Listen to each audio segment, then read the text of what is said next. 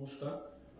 উচ্চ মাধ্যমিক শিক্ষা সংসদ আয়োজিত ইউটিউব চ্যানেলে যে অনলাইন ক্লাসের যে কার্যক্রম উচ্চ মাধ্যমিক শিক্ষা সংসদ আয়োজন করছে, সেই কার্যক্রমে আমরা ভূগোলেরই আরও একটি টপিক নিয়ে আমরা চলে এসেছি। যে টপিকটি হলো বাড়িমণ্ডল চ্যাপ্টার ইউনিট সাব টপিক, যেটা ফান্ডামেন্টাল অফ ফিজিক্যাল জিওগ্রাফি চ্যাপ্টারের আন্ডারেই আমাদের যে বাড়িমণ্ডল বা হাইড্রোস্ফিয়ার আছে, তার মধ্যেই যেটা যে সামুদ্রিক যে ভূপ্রকৃতি অর্থাৎ মহাসমুদ্রের যে ভূপ্রকৃতি এবং তার সঙ্গে সমুদ্রের যে অবক্ষেপ, সেই অবক্ষেপের সম্বন্ধে আমরা আজকে ডিটেলসে আলোচনা করব। উপস্থিত সমস্ত শিক্ষার্থী যারাই এখানে উপস্থিত হয়েছেন, বিভিন্ন উচ্চ মাধ্যমিক স্কুলের যারা শিক্ষার্থী বা বিভিন্ন মাদ্রাসারও আছেন, তাদের সবাইকে আমরা শিক্ষা সংসদের তরফ থেকে আন্তরিক অভিনন্দন জানাচ্ছি। সঙ্গে থাকবেন।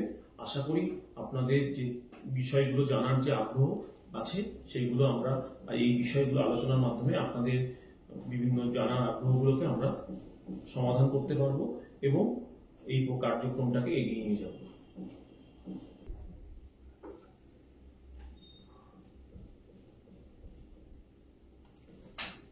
আমরা শুরুতেই বললাম যে আমাদের যে সাব টপিক প্রাকৃতিক ভূগোলের যে মৌলিক বিষয়সমূহ আছে বা ফান্ডামেন্টালস অফ ফিজিক্যাল জিওগ্রাফি, তারই আন্ডারে যে ইউনিট 4 আছে হাইড্রোস্ফিয়ার বা বায়ুমণ্ডল, তার মধ্যে আমরা মহাসাগরতলের ভূপ্রকৃতি ও সামুদ্রিক অবক্ষেপ, topography of ocean floor and ocean deposit, এই বিষয়টাকে নিয়ে আমরা আলোচনা করব।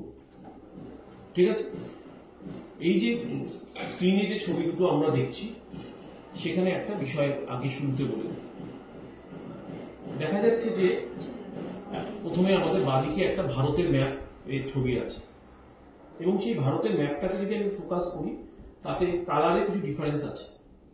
দেখা যাচ্ছে গ্রিন কালার দেখো একটা জোন আছে, সেটা হচ্ছে মূলত সমভূমি অঞ্চল। উপরের দিকে ব্ল্যাক বা ব্ল্যাকিশ কিছু আছে, অর্থাৎ ওটা হচ্ছে উত্তরের পার্বত্য অঞ্চল, হিমালয় বা কারাকোরাম, এই পাহাড়ি অঞ্চলগুলো। আর উপর দিক অর্থাৎ ভারতের মাঝখান দিয়ে এবং নিচের দিকে যে অঞ্চলটা আছে, এটা মূলত মালভূমি অঞ্চল। ভারতবর্ষ স্থলভাগের উপর অবস্থিত একটি দেশ এবং ভারতবর্ষ যেহেতু স্থলভাগের অংশ, সেখানে অর্থাৎ স্থলভাগের মধ্যে যেরকম পাহাড়, পর্বত, মালভূমি, সমভূমি, এগুলো সবটা মিলিয়ে ভূপ্রকৃতির অংশ আছে। এটাও যেমন ভূপৃষ্ঠের উপরের অংশ, ঠিক পাশের যে সমুদ্র দেখছো, যে সমুদ্রের অংশ, সমুদ্রের তলাটাও কিন্তু অনেকটা এরকম। সেখানেও পাহাড় আছে, সেখানেও মালভূমি আছে, সেখানেও সমভূমি আছে, সেখানেও অনেক কিছু আছে। সেগুলোই আমরা জানবো। মহাসাগরের যে ভূপ্রকৃতি, অর্থাৎ শুধুমাত্র ভূপৃষ্ঠের উপরেই বা অর্থাৎ স্থলভাগে যে আমরা ভূপ্রকৃতির বৈচিত্র্য পাই তা নয়, অর্থাৎ সমুদ্রের নিচেও ভূপৃষ্ঠের উপরে যে সেখানেও অনেক বৈচিত্র্য আছে। সেগুলো আজকে আমরা আলোচনা করব। সেই বৈচিত্র্যগুলো কি? মূলত এগুলো সত্যি কথা বলতে আমরা জলের তলায় থাকে বলে আমরা বুঝতেই পারি না। আমরা মনে করি হয়তো পুরো জায়গাটাই একই রকম। ব্যাপারটা নয়। বিভিন্ন বিজ্ঞানী বা বিভিন্ন বিজ্ঞান মহলের তরফ থেকে বিভিন্ন দেশের বিজ্ঞানীরা বিভিন্ন সময় সমুদ্রের মধ্যে অনুসন্ধান করে আমাদের কাছে অনেকগুলো সামনে অনেক তথ্য এনেছে সমুদ্রের তলদেশ কেমন। ঠিক আছে, আমরা এই বিষয়ে আমরা আজকে আলোকপাত করব। আচ্ছা, বায়ুমণ্ডল বা হাইড্রোস্ফিয়ার আমরা সবাই জানি যে পৃথিবীর বায়ুমণ্ডল হচ্ছে সেই অঞ্চলটা যেটা হচ্ছে মূলত জল নিয়ে রয়েছে।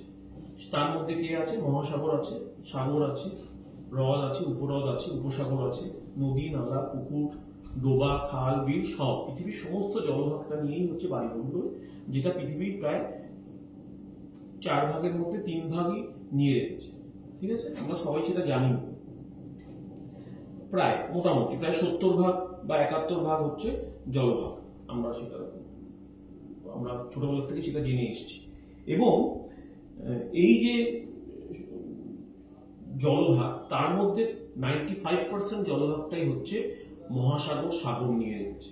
অর্থাৎ বায়ুমণ্ডল বা হাইড্রোস্ফিয়ার বলতে মূলত কিন্তু সাগর, মহাসাগরকেই বোঝায়। তার মানে আমার বাড়ির পুকুরটাও কিন্তু বায়ুমণ্ডলের মধ্যে হলেও তাদের শতাংশের হারে তারা এতটাই ক্ষুদ্র সমুদ্র বা সাগরের তুলনায়, তাই জন্য আমাদের ফোকাসটা কিন্তু সেই বায়ুমণ্ডল বললে সাগর, মহাসাগরের দিকেই চলে যায়।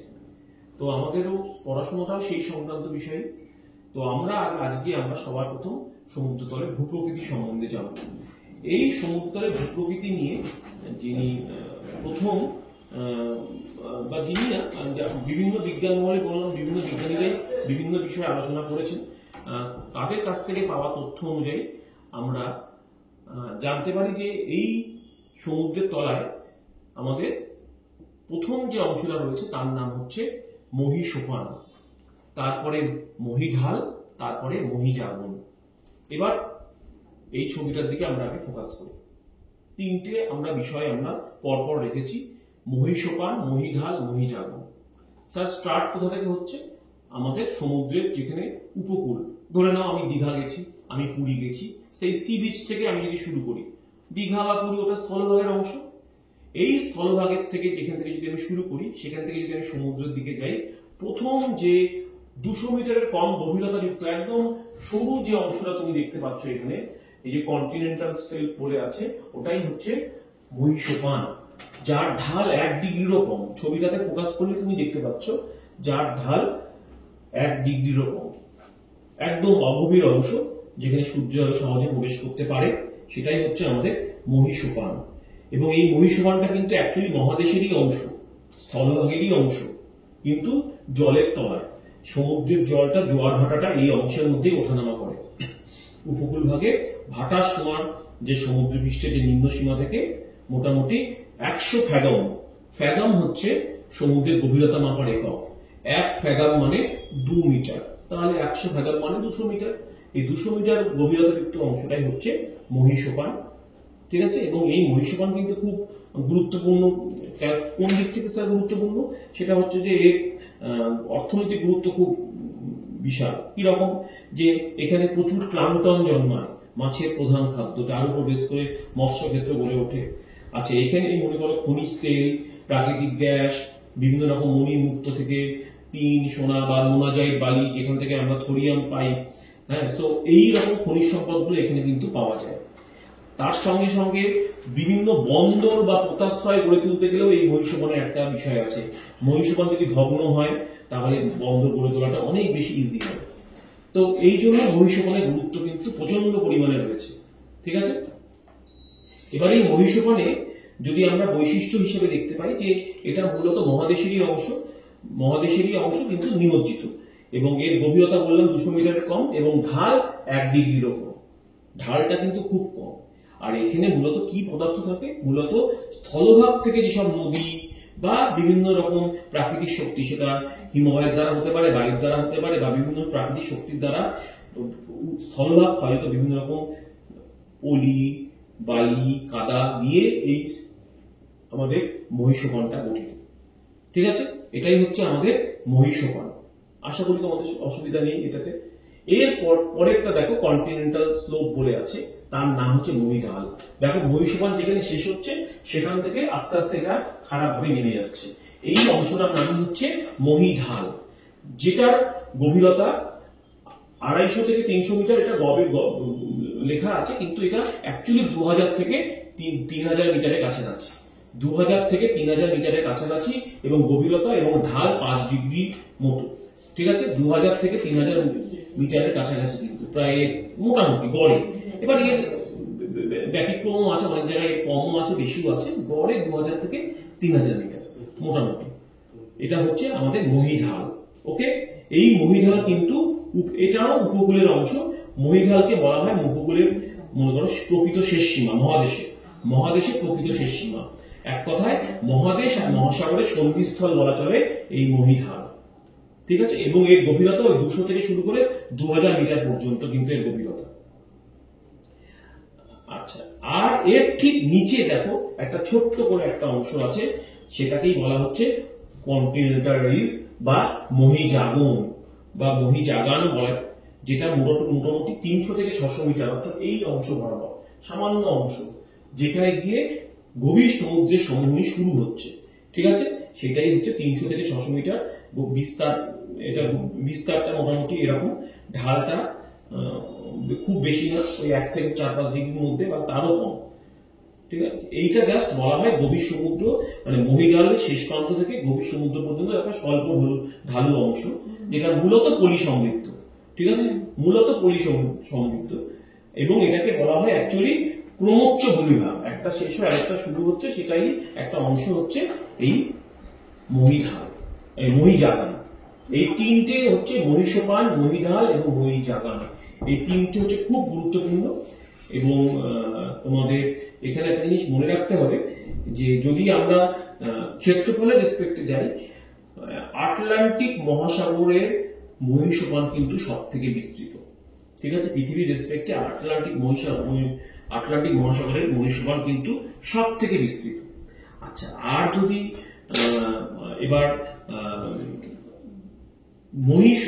মহীঢালের ক্ষেত্রে যদি আমরা যেটাকে দেখি, মহীঢাল এবং মহীসোপানের মধ্যে ডিফারেন্স যদি আমরা করি, যেখানে মহীসোপানের গভীরতা 200 মিটারের কম, আর মহীঢালে তুমি দেখতেই পাচ্ছ 2000 মিটারের কাছাকাছি।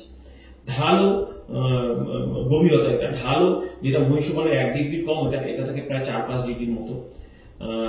তোমার সমুদ্রের তলায় এর বিস্তার যদি দেখা যায়, সব থেকে বেশি বললাম মহীসোপানটা আটলান্টিক মহাসাগরে আছে। প্রশান্ত মহাসাগরে আবার মহীঢালের বিস্তারটা, প্রশান্ত মহাসাগরের তুলনায় আটলান্টিক মহাসাগরের মহীঢালটাও অনেকটা বেশি। ঠিক আছে, তবে মোট এলাকার ভিত্তিতে যদি বলা যায়, পৃথিবীর রেসপেক্টে যে প্রায় 8%-এর কাছাকাছি মহীসোপান দখল করে আছে, প্রায় 9%-এর কাছাকাছি মহীঢাল দখল করে আছে। ঠিক আছে, এই মোটামুটি পার্থক্য, আর উৎপত্তিগত পার্থক্য রয়েছে। ঠিক আছে, মহীসোপানের থেকে মনে হয় মহীঢালে পলির পরিমাণ তুলনামূলকভাবে একটু কম, সূক্ষ্ম পদার্থ বেশি। ঠিক আছে, এবং উপকূলের অংশ অবনমিত হয়ে কিন্তু মহীঢালটা হয়েছে। মহীসোপানটা তৈরির ক্ষেত্রে কিন্তু বলা যায় যে সমুদ্রের ক্ষয়ের দ্বারা, নদী বা হিমবাহের সঞ্চয় বা ক্ষয় বা সঞ্চয় এগুলোর দ্বারা, তারপরে সমুদ্রের অনেক সময় নিমজ্জনের দ্বারা অনেক সময় হতে পারে, প্লেটের সংঘর্ষে হতে পারে, বিভিন্ন কারণে হতে পারে। মহীঢালটাও কিন্তু মূলত পাতের সংঘর্ষ বা পলির চাপে বা উপকূলের অবনমনের ফলে বা অনেক সময় সমুদ্রের ক্ষয়ের দ্বারা এই মহীঢাল হয়েছে। এই তিনটে হচ্ছে খুব গুরুত্বপূর্ণ, পরপর রয়েছে কিন্তু। ঠিক আছে, এরপরে যদি আমরা আসি, সেটা হচ্ছে আর একটা গুরুত্বপূর্ণ ভূমি, তার নাম হচ্ছে গভীর সমুদ্রের সমভূমি। আচ্ছা, আমরা পরপর আগে বলে নিয়ে আমরা একটা ছবিতে আসি। হ্যাঁ, এরপরে হচ্ছে গভীর, আমরা পরপর গুলো আগে স্লাইডে দেখে নিই কি কি ভূমিরূপগুলো আমরা পাবো, তারপরে এই ছবিটায় আসছি। সবাই ছবিটা আশা করি দেখতে পাচ্ছ। হ্যাঁ, আমরা একবার ওয়ান বাই ওয়ান বোঝাবো। আমরা পূর্বে যে অংশগুলো পড়লাম, আমি ইচ্ছে করে এখানে ইংলিশ টার্মগুলোকে রেখেছি, কারণ আমি আগেও একটা ভিডিওতে বলেছি বা এখনো বলছি, তোমাদের বাংলার সঙ্গে সঙ্গে কিন্তু ইংলিশ টার্মগুলো জানাটা খুব জরুরি পরবর্তীকালে হায়ার স্টাডির জন্য। ঠিক আছে, কারণ উচ্চশিক্ষায় সেটা তুমি ভূগোল নিয়ে পড়ো আর নাই পড়ো, তুমি পরবর্তীকালে বিভিন্ন সরকারি চাকরি পরীক্ষা দিতে গেলেও যদি অনেক সময় এই টার্মগুলো থেকে প্রশ্ন আসে, তোমার জানা থাকবে। ঠিক আছে, যে কন্টিনেন্টাল যেটা সেল, যেটা মহীসোপান বা মহীঢাল, কন্টিনেন্ট আমরা জানি মহাদেশ, এখানে সেই ছবির মধ্যে দেখতেই পাচ্ছ যে এইটাই হচ্ছে মহীসোপান আর এটাই হচ্ছে মহীঢাল। আর এই মহীঢালের পরবর্তীকালে যে বিস্তৃত অঞ্চল, এটাই হচ্ছে কি গভীর সমুদ্রের সমভূমি। এই যে গভীর সমুদ্রের সমভূমি লেখাই আছে, তার মধ্যে অনেক রকম ভূমিরূপ আমরা দেখব। ঠিক আছে, গভীর সমুদ্রের সমভূমি মোটামুটি গভীরতা প্রায় 3000 থেকে 6000 মিটারের কাছাকাছি এবং ঢাল 0.5 ডিগ্রিরও কম। ঢাল প্রায় নেই বললেই চলে, 0.5 ডিগ্রির কম, সেটা হচ্ছে গভীর সমুদ্রের সমভূমি। ঠিক আছে, বিস্তার বিশাল, তোমার সমগ্র পৃথিবীর প্রায় 82% কিন্তু এই এলাকার মধ্যে। ভারত প্রশান্ত মহাসাগরের সব থেকে বেশি গভীর সমুদ্রের সমভূমি রয়েছে। ঠিক আছে, প্রশান্ত মহাসাগরের এলাকা সব, তারপরে ভারত মহাসাগর। এবং গভীর সমুদ্রের যে সমভূমিটা, সেখানে মূলত কিন্তু কিছু অজৈব পদার্থের সঞ্চয় আমরা দেখতে পাই, আবার কিছু উদ্ভিদ এবং প্রাণীর দেহাবশেষ এখানে সঞ্চয় লক্ষ্য করা যায়। এর পরের যে ভূমিটা আছে তার নাম হচ্ছে গভীর সমুদ্র খাত। খেয়াল করো, গভীর সমুদ্র খাত এখানে কোথায় আছে? ডিপ ওশানিক ট্রেঞ্চ বলে ছবির মধ্যেই দেখতে পাচ্ছ, এই যে এখানেই আছে পাশে, গভীর সমুদ্রের সমভূমির পাশে এই যে তোমার এই যে ট্রেঞ্চ এই যে দেওয়া আছে, এগুলো হচ্ছে গভীর সমুদ্র খাত। দেখতেই পাচ্ছ এই যে ট্রেঞ্চ আছে, ট্রেঞ্চ হচ্ছে গভীর সমুদ্র খাত। কি সেটা হচ্ছে একটা অতি গভীর সংকীর্ণ অংশ, দীর্ঘ খাত। আমাদের যেমন স্থলভাগে যখন নদীর ক্ষেত্রে আমরা অনেক সংকীর্ণ খাত দেখি, যেগুলোকে অনেক সময় আমরা সে ক্যানিয়নের মতো বা গিরিখাত, সংকীর্ণ গিরিখাত যেরকম দেখতে পাই, এখানেও পাই। সমুদ্রে মূলত দু রকমের এরকম সমুদ্র খাত আছে। একটা হচ্ছে ডিপ বলা হয়, সেটা হচ্ছে খুব বেশি গভীর বেশি কিন্তু বিস্তৃতি কম। আর যেটার একটু বিস্তৃতিও বেশি, গভীর তো বটেই, সংকীর্ণ এবং বিস্তৃতিটাও বেশি, সেটাকে আমরা ট্রেঞ্চ বা পরিখা বলে থাকি। ওকে, এই গেল 2 নম্বর। 4, 5 হলো। এবার 6 দেখো বলা আছে আন্তঃসাগরীয় ক্যানিয়ন। ক্যানিয়ন আমাদের সবার আইডিয়া আছে। ক্যানিয়ন কি, যেটা আমরা ক্লাস 10-এ পড়েছিলাম, যে নদী যখন শুষ্ক অঞ্চলে প্রবাহিত হয়ে যায় সেখানে শুধুমাত্র নিম্নক্ষয়ের মাধ্যমে সেই আয় আকৃতির ভূমিভাগ, সেগুলোকে অনেকটা ক্যানিয়ন বলে থাকি। ঠিক সেরকম সমুদ্রের তলাতেও আমরা সেই রকম ক্যানিয়ন কিন্তু দেখতে পাবো। ঠিক আছে, এই যে দেখতে পাচ্ছ এখানে এই যে সাবমেরিন ক্যানিয়ন গুলো লেখাই আছে, গভীর সংকীর্ণ খাত। ঠিক আছে, সেটা হচ্ছে আন্তঃসাগরীয় ক্যানিয়ন, যেটা অনেকটা ভি আকৃতির মতো, মগ্ন সংকীর্ণ, খুব সংকীর্ণ ভি আকৃতি, দীর্ঘ সংকীর্ণ হয়। এবং তোমাদের হিমযুগের পরবর্তীকালে সমুদ্রের জল নেমে গেলে নদী বা হিমবাহের দ্বারা এই মহীসোপানের মধ্যে, এটা দেখো, খেয়াল করে দেখো, মহীসোপানের মধ্যে তৈরি হয়েছে। সেই মহীসোপানটা হয়তো সংকীর্ণ, সেই সংকীর্ণ মহীসোপানের মধ্যে কিন্তু এই ক্যানিয়নটা তৈরি হয়েছে। ওকে, এবং এর ঢাল মোটামুটি 3 থেকে 6 ডিগ্রি মতো থাকে, বা মহীসোপান বা মহীঢালের মধ্যে এর অবস্থান দেখা যায়। মহীসোপান বা মহীঢালের মধ্যে এর অবস্থান দেখা যায়। ঠিক আছে, এরপরে দেখো 5 নম্বর হয়ে 6 হয়ে গেল। এবার 7 হচ্ছে গভীর সমুদ্রের পলল বেজনী। পলল বেজনী সম্বন্ধে আমাদের একটু আইডিয়া ক্লাস 10-এই কিন্তু আমরা জানি যে নদী যখন পাহাড় থেকে যখন সমভূমিতে নামে তখন সেই পাখার মতো আকৃতির পলল বেজনী তৈরি করে। বা বায়ু কার্যেও আমরা দেখেছি যে শুষ্ক অঞ্চলে বায়ু ও জলধারা কার্য দ্বারা পলল বেজনী তৈরি হয়। ঠিক সেরকম কোনো বড় নদীর কোনো মোহনা, তার সামনে যদি এরকম ক্যানিয়ন তৈরি হয়, যে মহীঢালের মধ্যে, তার এই মহীঢালের দ্বারা যে ক্যানিয়ন তৈরি হলো, সেই ক্যানিয়নের সামনে কিন্তু এই পলি সঞ্চিত হয়ে এই পলল বেজনী তৈরি হতে দেখা যায়। ঠিক আছে, সেই পলল বেজনীটা, এই অ্যালুভিয়াল ফ্যানটা তৈরি হতে দেখা যায়।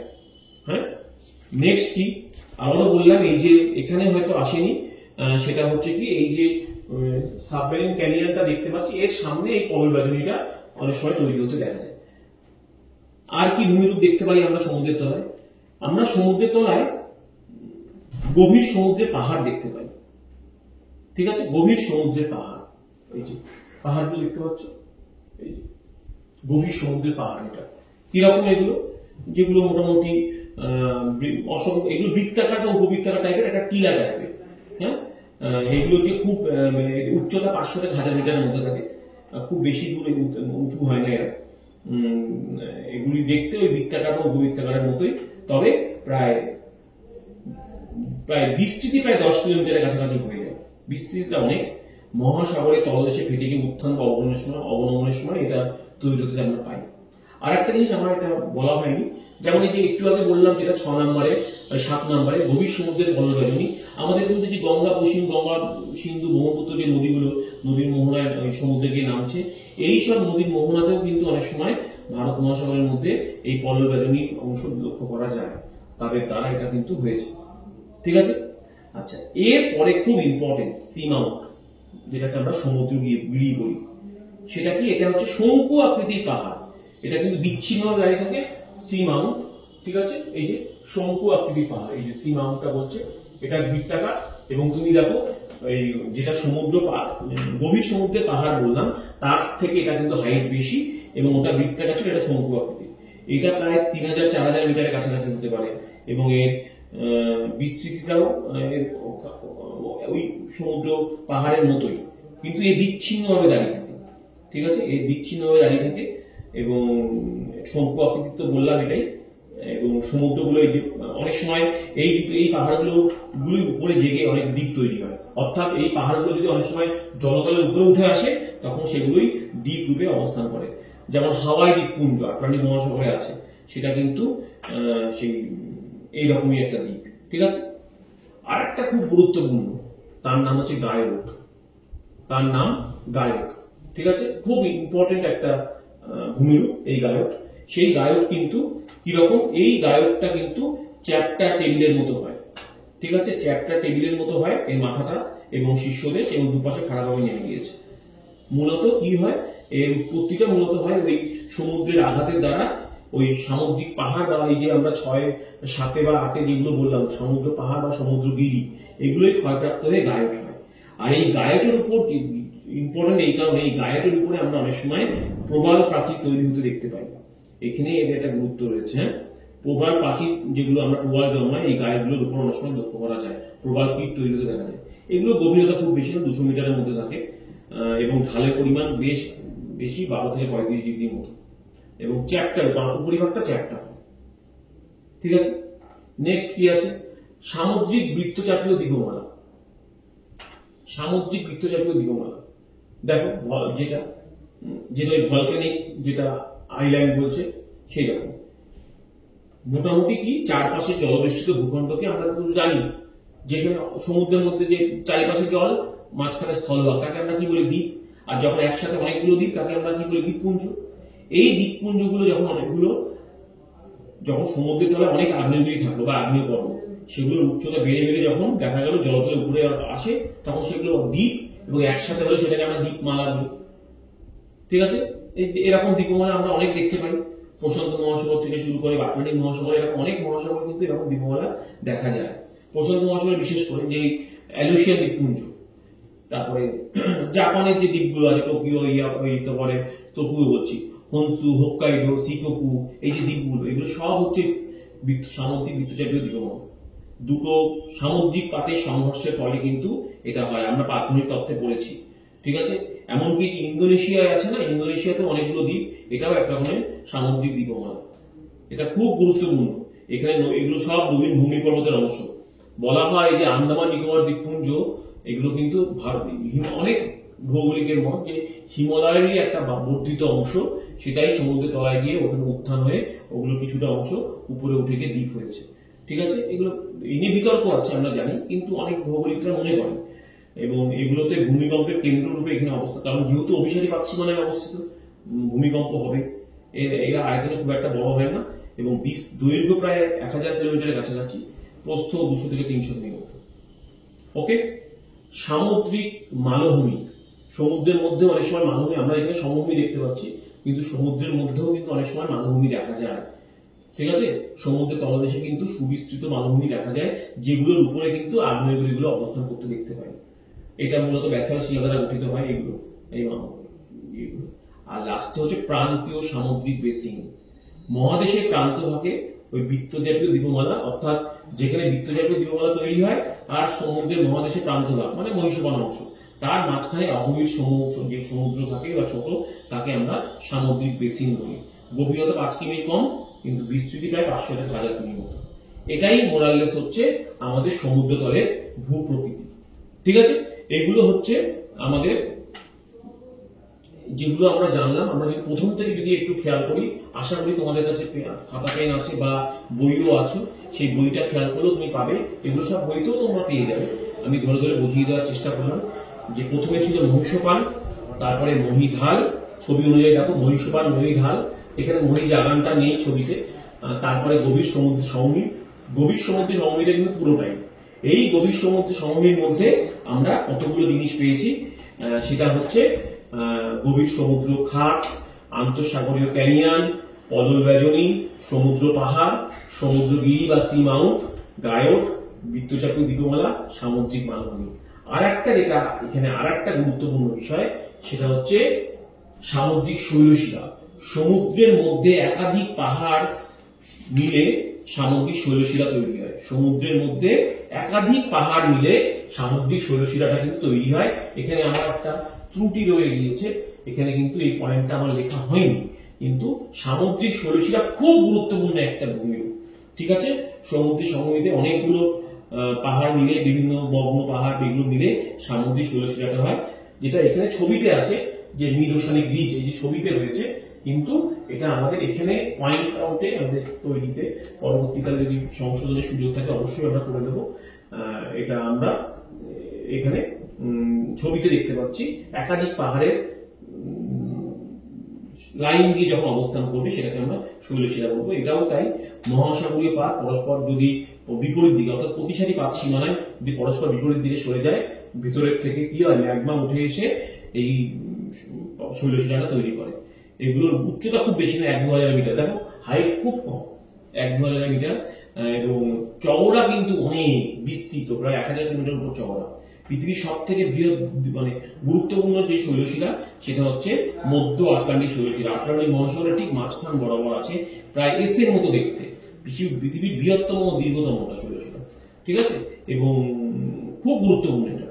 এবং এর মধ্যে অনেক সময় আমরা আগ্নেয়গিরির অবস্থান দেখতে পাই বা ধাপ তৈরি দেখতে পাই, এবং এটা সবটাই, এবং এখানে অনেক সময় গ্রস্ত উপত্যকা দেখা যায়। আমরা গ্রস্ত উপত্যকা জানি, সেই গ্রস্ত উপত্যকা লক্ষ্য করা যায়, এবং এখানে মূলত ট্রান্সফর্ম চ্যুতি লক্ষ্য করা যায়, সেটাও আমরা এখানে বই থেকে আমরা কিন্তু জানতে পারবো। মোরাললেস এই হচ্ছে সমুদ্রের ভূ প্রকৃতি, সমুদ্রের তলদেশটা কিন্তু এরকম। আমাদের সিলেবাসটায় কিন্তু এই অংশগুলোই রয়েছে, ঠিক আছে, আমাদের সিলেবাসে কিন্তু এই অংশগুলোই রয়েছে। এবার আমরা দেখেছি যে অনেক বইতে থাকাটা খুব স্বাভাবিক, যে অনেক যারা লেখক তারা কিন্তু এই সঙ্গে সঙ্গে আমাদের প্রধান 3টে মহাসাগর, প্রশান্ত মহাসাগর, আটলান্টিক মহাসাগর এবং ভারত মহাসাগর, এদের তলদেশের ভূপ্রকৃতি নিয়ে কোথায় কিরকম সব দিয়েছে, তাতে তোমাদের আগ্রহ থাকলে অবশ্যই জেনে নিতে পারবে। তবে ডাইরেক্ট হয়তো সিলেবাসে নেই, কিন্তু ওগুলো তোমরা অবশ্যই দেখে নিতে পারবে। আমাদের ভূপ্রকৃতি এই যে এটা ওভারঅল ভূপ্রকৃতি এরকম, তাহলে আটলান্টিক মহাসাগরে কিরকম, ভারত মহাসাগরে কিরকম, প্রশান্ত মহাসাগর, এটা দেওয়া আছে। তোমাদের জানার আগ্রহ থাকলে বিভিন্ন বইতে অনেক সময় থাকতে পারে, বা তোমরা তো নেট সার্চ করো, তুমি জেনে নিতে পারবে যে সত্যি কি এরকম আছে, সেটাই দেখা, ঠিক আছে। এটা গেল আমাদের সমুদ্রের ভূপ্রকৃতি। এইবার যেটা আর একটা গুরুত্বপূর্ণ বিষয় আমরা একসাথে আলোচনা করছি, সেটা হচ্ছে সমুদ্রের কি অবক্ষেপ, ঠিক আছে, সামুদ্রিক অবক্ষেপ। এবার প্রশ্ন হচ্ছে সামুদ্রিক অবক্ষেপ কি। এখানে একটি জিনিস বলে রাখি, তোমরা তো সবাই জানো যে সেমিস্টার 3 মানে হচ্ছে 35 মার্কসের এমসিকিউ। এখান থেকে কিন্তু সব, অর্থাৎ তোমরা আগের যা ভিডিও দেখেছো বিভিন্ন সাবজেক্টের ক্ষেত্রে, বা এই যে এই ভিডিওতেও যা যা টপিক তোমরা আলোচনা করছো, সবগুলো কিন্তু এমসিকিউ। কিন্তু এই এমসিকিউ এর সঠিক উত্তরটা, 4টের মধ্যে অপশন, সঠিক উত্তরটা বুঝতে গেলেও তোমাকে সবগুলো ভালোভাবে বুঝতে হবে। সামুদ্রিক অবক্ষেপ বলতে কি বোঝায়? সামুদ্রিক অবক্ষেপ বলতে বোঝায় সমুদ্রের তলদেশে বিভিন্ন পদার্থের, যে আমরা জানি সঞ্চয় দেখা যায়, সেই সঞ্চয়টাকে আমরা সামুদ্রিক অবক্ষেপ বলে থাকি। বা সেটাই আমরা জানবো যে সমুদ্রের তলায় কোথায় কি রকম পদার্থ, কি কি পদার্থ কোথায় কি আছে, জমে আছে, সেটা আমরা 1 বাই 1 জানব।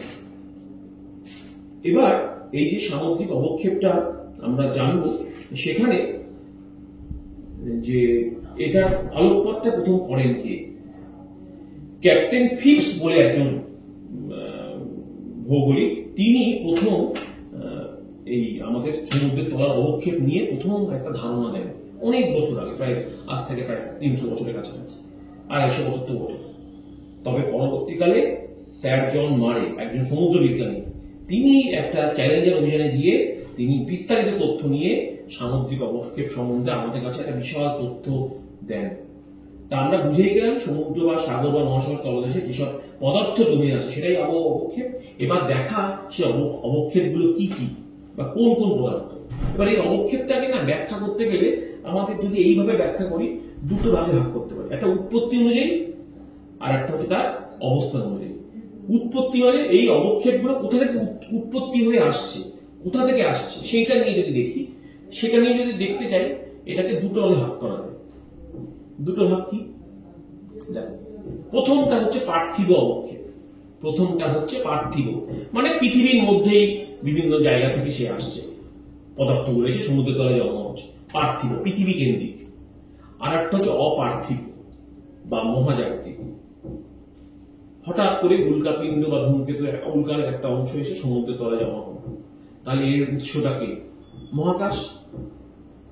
তাহলে এটা হচ্ছে অপার্থিব পদার্থ বা মহাজাগতিক অবক্ষেপ। এটা কিন্তু পৃথিবীর নয়, কিন্তু জমা হলো কিন্তু সমুদ্রের তলায়, তাই জন্য এটাকেও রাখা হয়েছে উৎস অনুযায়ী। তবে এর কোনো ভাগ নেই। পার্থিব অবক্ষেপ অনেক রকমের আছে এর সোর্স অনুযায়ী।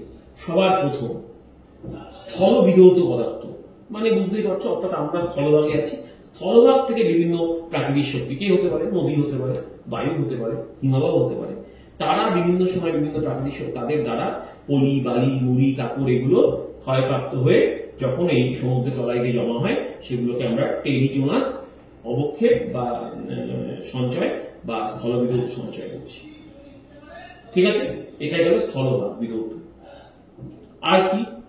অগ্নুৎপাতজাত। আমি স্থলভাগের অনেক ভাগ আছে, আমি পরে আসছি।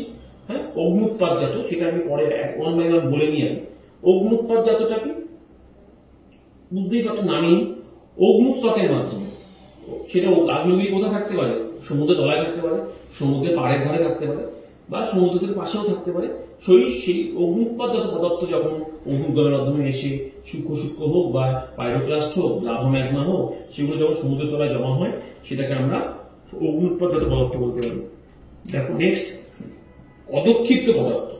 সমুদ্রের জলে যেগুলো দ্রবীভূত হতে পারে না, লোহা, manganese oxide, phosphate, pyrite, feldspar, এগুলো অদক্ষিপ্ত হতে পারে না।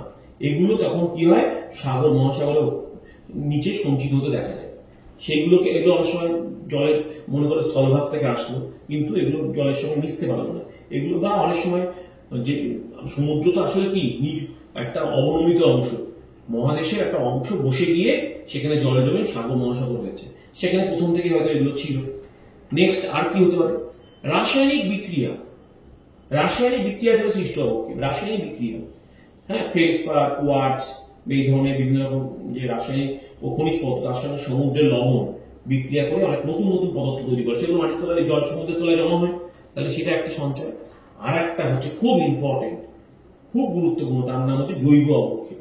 জৈব মানে কি? জীব থেকে যে অবক্ষেপটা আমরা পাই, জীব থেকে যে অবক্ষেপটা পাই তাকে আমরা জৈব অবক্ষেপ বলছি।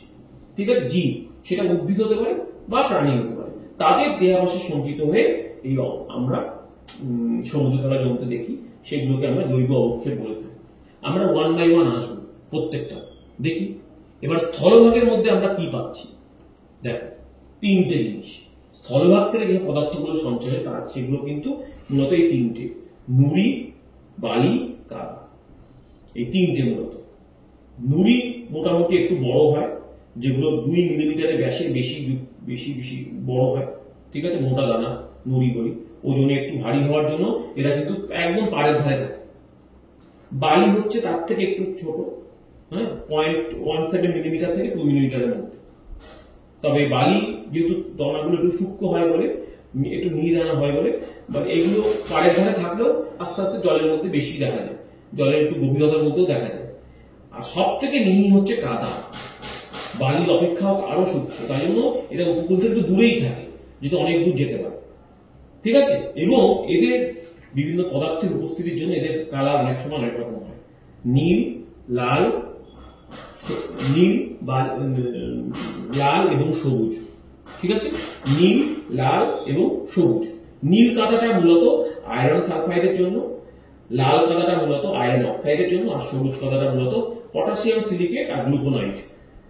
ঠিক আছে, এই গ্লুকোনাইট লৌহ সমৃদ্ধ হলে সবুজ কাদা হয়। এই তিনটে কালার কিন্তু এই কারণ হওয়ার কারণ এই বিভিন্ন রকমের খনিজ পদার্থের উপস্থিতি, আর কিচ্ছু না। এবার আসছি অগ্নুৎপাতজাত পদার্থ। তার মধ্যে প্রথম আসছে কি? অন্তঃসাগরীয় যে অবক্ষেপ। অন্তঃসাগরীয় বলতে সমুদ্রের যেটা হচ্ছে মানে সমুদ্রের তলায় মনে করো অনেক পাহাড় থাকে না, সমুদ্রের তলায় মনে করো অনেক সময় ডুবন্ত পাহাড় থাকে। ঠিক আছে, সেই তাকে আমরা অন্তঃসাগরীয় অবক্ষেপ, আগ্নেয় অবক্ষেপ বলে থাকি। সেই তার সমুদ্রের তলায় যে ডুবন্ত আগ্নেয়গিরি থেকে সব অগ্নুৎপাত হচ্ছে, সেইটা সমুদ্রের তলায় জমা হলো। একইভাবে স্থলভাগ থেকে যেটা আমরা পাচ্ছি, স্থলভাগে অনেক সময় সমুদ্রের পাড়ে অনেক সময় থাকে।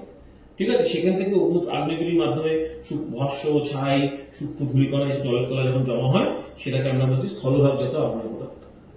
ওকে, আচ্ছা, এই যেটা বললাম কাদার একটু দুটো ভাগ বলেছিলাম, নীল, লাল আর সবুজ কাদা, এই দেখিয়ে দিলাম। নেক্সট, এবার আমরা অদক্ষিপ্ত পদার্থ আর রাসায়নিক বিক্রিয়ার ফলে সৃষ্ট অবক্ষেপের কোনো ভাগ নেই। জৈব অবক্ষেপের ভাগ আছে উৎস অনুযায়ী। একটা হচ্ছে নেরিটিক আর একটা হচ্ছে পিলেটিক। নেরিটিক হচ্ছে অগভীর সমুদ্র। নেরিটিক কোথায়? অগভীর সমুদ্র, 200 মিটার গভীরতা বা একটা নির্দিষ্ট গভীরতার মধ্যে। অর্থাৎ মূলত একটু আগে আমরা যেটা জানলাম মহিষপান অঞ্চল বা ততবেশীয় অঞ্চল, সেখানে যে সঞ্চয়টা দেখতে পাই সেটাকে আমরা নেরিটিক অবক্ষেপ বলি, মূলত মৃত প্রাণীর খোলক, যেমন আমরা দীঘা পুরীতে গেলে কি প্রাণী দেখতে পাই, ওই শামুক ঝিনুক এগুলো দেখতে পাই, তাদের দেহাবশেষ মূলত, ঠিক আছে, সেই তাদের দেহাবশেষ সঞ্চিত হয়, এটা দেখা যায়। আর পিলেজিকটা হচ্ছে গভীর সমুদ্রে, গভীর সমুদ্রে সমভূমি করেছি, সেই গভীর সমুদ্রের তলদেশে গিয়ে যেসব প্রাণীর দেহাবশেষ দেখা যায় সেটাকে আমরা পিলেজিক বলছি। ওকে, নেরিটিকের মধ্যে আমরা কি কি পাই, দেখো দেখো এই শামুক জাতীয় প্রাণী যাদের খোলকের সঞ্চয়, হ্যাঁ, এরকম প্রাণীগুলোর নাম বলা আছে। আবার সিলিকা জাতীয় কিছু প্রাণীর দেহাবশেষও আমরা দেখতে পাই, হ্যাঁ, এগুলো সব কিন্তু নেরিটিক। নেরিটিক বলতে গেলে কি, অগভীর সমুদ্র মানে মহীশপাল বা সামান্য মহিলাল হলেও হবে, কিছু চুন জাতীয় উদ্ভিদের দেহাবশেষ দেখা যায়, হ্যাঁ। আর একটা হচ্ছে সিলিকা জাতীয়, অর্থাৎ কি পাচ্ছি, শামুক জাতীয় প্রাণীর খোলক, মানে শামুক জাতীয় প্রাণী মানে সেটাও কিন্তু ওই চুন জাতীয় প্রাণী। শামুকের বডি, আমরা শামুক ঝিনুকের যে বডিগুলো মূলত ক্যালসিয়াম কার্বনেট, সেই চুন জাতীয় প্রাণীর দেহাবশেষ দেখা যায়, সিলিকা জাতীয় প্রাণীর দেহাবশেষ দেখা যায়, চুন জাতীয় উদ্ভিদের দেহাবশেষ দেখা যায়, আবার সিলিকা জাতীয় উদ্ভিদেরও দেহাবশেষ অনেক সময় দেখা যায়। ঠিক একইভাবে পিলেজিকের মধ্যে আবার দুটো ভাগ আছে, বেন্থস আর নেকটন, ঠিক আছে, আর প্ল্যাঙ্কটন। প্ল্যাঙ্কটনটা অতটা বলছি না, পরে আসছি। বেন্থস মানে যারা একদম জলের তলার মাটিতে যেসব প্রাণীর দেহাবশেষ সঞ্চিত দেখা যায়, ঠিক আছে, জলের তলায় যেসব প্রাণীর দেহাবশেষ অবস্থান করে সেটাকে আমরা বেন্থস বলছি, বালি বা কাদার মধ্যে, বা যেসব প্রাণী অ্যাকচুয়ালি যেসব উদ্ভিদের জন্মায় বালি বা কাদার মধ্যে, যেমন তাদের আমরা বেন্থস বলি, ঠিক আছে, তারা মাছ হতে পারে, প্রবাল হতে পারে, এগুলো।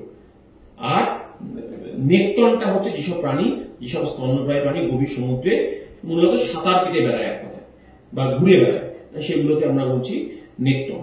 আর প্ল্যাঙ্কটন আমরা সবাই জেনে এসেছি যে মাছ চাষের ক্ষেত্রে সময় পড়েছি, আণুবীক্ষণিক উদ্ভিদ এবং প্রাণী, ফাইটোপ্ল্যাঙ্কটন এবং জুপ্ল্যাঙ্কটন, তাদের দেহাবশেষ সঞ্চয় গভীর সমুদ্রে দেখা যায়, সেগুলোকে আমরা সবগুলোকে আমরা পিলেজিকও বলছি।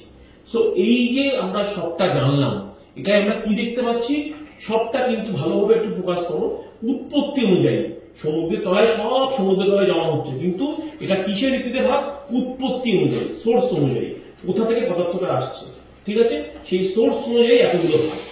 এবার আমরা যখন আর একটা ভাগ করবো অবস্থান অনুযায়ী, সেই অবস্থান অনুযায়ী ভাগটাও কিন্তু আমরা দেখবো, এইগুলোরই স্যার একটু আমরা দেখবো অনেক সময় ওভারল্যাপ হচ্ছে, সেই ওভারল্যাপটা কিন্তু আমরা দেখবো, কারণ সেটা হচ্ছে অবস্থান অনুযায়ী, কিন্তু আমরা কমন পাবো, কিন্তু কিছুটা অবশ্যই কমন পাবো, জিনিসটা একই, কিন্তু এটা উৎস অনুযায়ী ভাগ। এবার আমরা করবো অবস্থান অনুযায়ী, দেখো সেম জিনিস, অবস্থান অনুযায়ী আমরা ভাগ করছি, অর্থাৎ সামুদ্রিক অবক্ষেপটা কোথায় অবস্থান করছে খেয়াল করো, সেই অনুযায়ী প্রথমে হচ্ছে দেখো অগভীর সমুদ্র, মানে যেখানে গভীরতা কম, ঠিক আছে, অগভীর সমুদ্রের সঞ্চয়, অগভীর সমুদ্র মানে ওই ততদেশ আর মহীশপাল, মানে 200 মিটারের কম গভীরতাযুক্ত অঞ্চলে।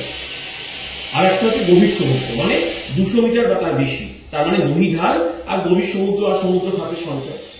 ওকে, দেখি ভাগটা দেখো, এই যে ততদেশ মহীশপাল, গভীর সমুদ্রের মধ্যে মহীঢালের সঞ্চয়, গভীর সমুদ্রের আর সমুদ্র খাতের সঞ্চয়। ততদেশ মানে আমরা একদম যেখানে জোয়ার ভাটা খেলে, জোয়ারের জল যেখানে উঠে যায় আর ভাটার সময় সবার নিচের জল যেখানে নেমে যায়, সেই অঞ্চলটা হচ্ছে অগভীর সমুদ্র। একইভাবে গভীর সমুদ্রটা হচ্ছে যেখানে জলের গভীরতা, বা আর মহীশপালটা বলে দিই, মহীশপালটা যেখানে এই তটদেশের পরে গিয়ে 200 মিটার কম গভীরতা পর্যন্ত যে অংশটা, ঠিক আছে। আর গভীর সমুদ্র মানে 200 মিটারের পরের থেকে আমরা জানছি, তার মধ্যে মহীঢাল, গভীর সমুদ্র। এবার হচ্ছে প্রথমে আসছি তটদেশ। তটদেশে মূলত কিন্তু কি অজৈব পদার্থই বেশি, মানে বোল্ডার, বড় বড় নুড়ি, কাকর, বালি, পলি, কারণ ওই নদী, বায়ু, হিমবাহের দ্বারা সবকিছু সঞ্চয় হচ্ছে। উদ্ভিদ বা প্রাণীর দেহাবশেষ হয়, কিন্তু সেটা অল্প পরিমাণে। কিন্তু মহীশপালে গেলে দেখা যাচ্ছে কি, মহীশপালে কিন্তু আবার ওই বড় বড় পাথরগুলো পৌঁছায় না, আমাদের সূক্ষ্ম সূক্ষ্ম পলিবালি কাদা পৌঁছায়, আর ওই শামুক ঝিনুক কিছু প্রাণী আছে, তাদের দেহাবশেষ আমরা দেখতে পাচ্ছি। ওকে, আর মহীঢালে যেটা দেখবো, মহীঢালে মূলত যেটা 200 মিটারের বেশি, 200 থেকে প্রায় 2000 মিটার পর্যন্ত, সেখানে ওই একটু আগে যেটা দেখলাম আমরা, কাদার ভাগ ছিল না, নীল কাদা, লাল কাদা, সবুজ কাদা, সেইগুলো কিন্তু আমরা মহীঢালে কিন্তু দেখতে পাবো, যেখানে ওখানে গভীরতা একটু বেশি এবং সেখানে খুব সূক্ষ্ম সূক্ষ্ম পদার্থ দেখা যায়। আর কিছু উদ্ভিদ প্রাণী আছে উদ্ভিদ প্রাণী, চুন জাতীয় বা সিলিকা জাতীয় উদ্ভিদের প্রাণীর দেহাবশেষ, সেগুলোও আমরা দেখতে পাবো। নেক্সট হচ্ছে গভীর সমুদ্রের মধ্যে যদি যাই, দুটো জিনিস পাবো, খুব ইম্পর্টেন্ট, খুব ইম্পর্টেন্ট। গভীর সমুদ্রের মধ্যে 2000 মিটারের বেশি গভীরতা যুক্ত, একটাকে আমরা বলছি সিন্ধু মল বা সিন্ধু কর্দ বা উচ, আর একটা হচ্ছে লোহিত পঙ্ক। আমি লোহিত পঙ্কটা একটু আগে বলে দিই। মোটামুটি লৌহ অক্সাইড আর অ্যালুমিনিয়ামের যে হাইড্রেট যেটা, সেই দুটো মিশে সূক্ষ্ম অজৈব পদার্থ একটা সঞ্চয় হয়, সেটা অনেকটা লাল রঙের হয় বলে এটাকে লোহিত পঙ্ক বা ওই লাল কাদা টাইপের। হ্যাঁ, মূলত এখানে প্রচুর তেজস্ক্রিয় পদার্থ থাকে। আগ্নেয়গিরি অগ্নুৎপাতের সময় বা উল্কাপিণ্ডের সূক্ষ্ম ধূলিকণা, মূলত আগ্নেয়গিরি অগ্নুৎপাতের সময় সেইগুলো পদার্থগুলোই এগুলো জড়ো হয়ে, এগুলো শক্ত হয়ে এই ইটের মতো লাল হয়, এবং বা অনেক সময় ওই ইট ওই লালচে কালারের হয় এই লোহিত পঙ্ক। এবং পরবর্তীকালে কিন্তু এই লোহিত পঙ্কগুলো অনেকটা পাউডার টাইপের হয়ে যায়, শুকিয়ে গেলে এটাকে যদি শুকিয়ে যায় পাউডার টাইপের হয়ে যায় কিন্তু। ওকে, আর সিন্ধু কর্দ হচ্ছে পুরোটাই উদ্ভিদ এবং প্রাণীর দেহাবশেষ সঞ্চিত হয়ে এবং তরল এবং পিচ্ছিল কাদার মতো হয়, পিচ্ছিল কাদার মতো। এটাও অনেকটা সেই, এটা কিন্তু পিচ্ছিল কাদা টাইপের মতো, ঠিক আছে, ওই পাউডার, মিহি পাউডার যেরকম হয় ঠিক সেরকম। এবার এই সিন্ধু কর্দকে আমরা দুটো ভাগে ভাগ করতে পারি, একটা চুন জাতীয় আর একটা হচ্ছে সিলিকা জাতীয়, ঠিক আছে।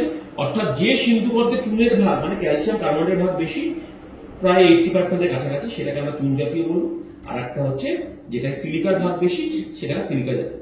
ওকে, বা সিলিকা মানে কি, বালি, বালি জাতীয়।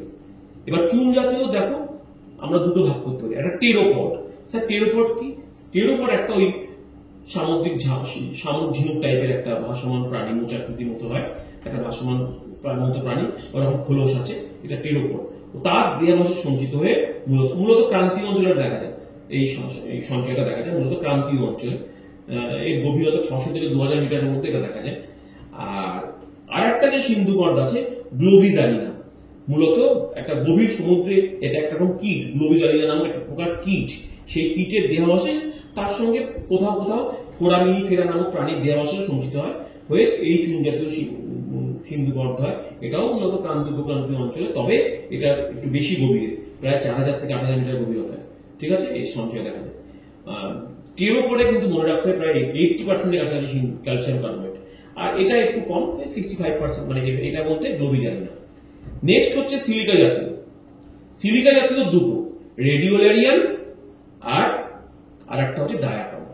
রেডিওল্যারিয়ান, ডায়াটম। রেডিওল্যারিয়ানটা কি? এটা বালির ভাগ বেশি, এর গভীরতা প্রায় 4000 থেকে 9000 মিটার গভীরতায়। সূক্ষ্ম সামুদ্রিক কীট। কোন কীট? রেডিওল্যারিয়ান নামক এক প্রকার কীট, তার সঙ্গে ফোরামিনিফেরা নামক এক প্রকার কীট, তাদের দেহাবশেষ মূলত ক্রান্তীয় অঞ্চলে দেখা যায়, কিন্তু এটা সিলিকার ভাগ বেশি এবং এটা ওই মূলত ক্রান্তীয় অঞ্চলের মধ্যে সীমাবদ্ধ। ক্যালসিয়াম থাকে তবে অনেক কম। আর একটা ডায়াটম। এই যে তিনটে সিন্ধু কর্দ বললাম একটু আগে, অর্থাৎ টেরোপড, গ্লোবিজালিনা এবং রেডিওল্যারিয়ান, এগুলো প্রত্যেকটাই কিন্তু আমাদের কি প্রাণীর থেকে পাচ্ছি। আর ডায়াটম কিন্তু উদ্ভিদ এক প্রকার, শীতল গভীর সমুদ্রে এক প্রকার এই উদ্ভিদ দেখা যায়, অনবীক্ষণিক উদ্ভিদ, তার দেহনিঃসৃত বালি সমৃদ্ধ হয়ে এই সিন্ধু কর্দ। মূলত এটা কিন্তু মেরু অঞ্চলের দিকে, সুমেরু মেরু অঞ্চলের দিকে এটা দেখা যায় 1000 থেকে 4000 মিটার গভীরতার মধ্যে। এটা হচ্ছে ডায়াটম। তাহলে আমরা তাহলে কি দেখতে পাচ্ছি? অবস্থান অনুযায়ী দুটো ভাগ, গভীর অগভীর।